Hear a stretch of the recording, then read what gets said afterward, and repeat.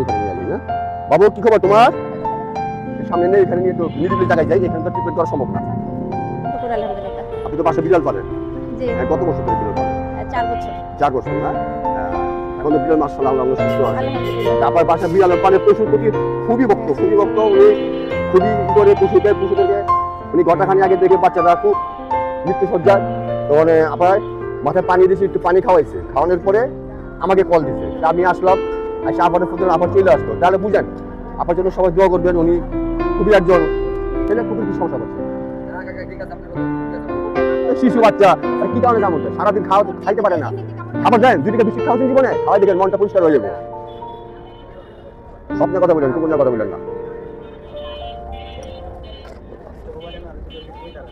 ভাই। ক্ষুদা আপনি কতক্ষণ খায় না খেয়ে থাকতে পারবেন? না খাইতে অটোমেটিক আপনার মাথা খারাপ হয়ে যাবে, তখন আপনি চিন্তা করবেন, চুরি করবেন, ডাকাতি করবেন, বলেন না? কেন না খেয়ে থাকতে মাথা খারাপ হয়ে যায়, তখন যারে পারে কামড় মারে।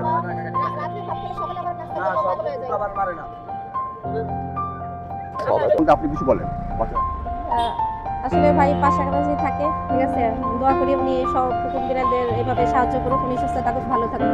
শুকুর আলহামদুলিল্লাহ। পশুর প্রতি খুবই ভক্ত উনি খুবই করে পশুদেরকে উনি ঘটাখানি আগে দেখে বাচ্চারা খুব মৃত্যু সজ্জায়, তো মানে আপনার মাথায় পানি দিয়েছে, একটু পানি খাওয়াইছে, খাওয়ানোর পরে আমাকে কল দিছে, আমি আসলাম, এসে আবার চলে আসলো। তাহলে বুঝেন আপনার জন্য সবাই দোয়া করবেন, উনি খুবই একজন পশুপ্রেমিক, মোট কথা আমাদের মতো নেই, ডগ লাভার কিংবা পশু লাভার।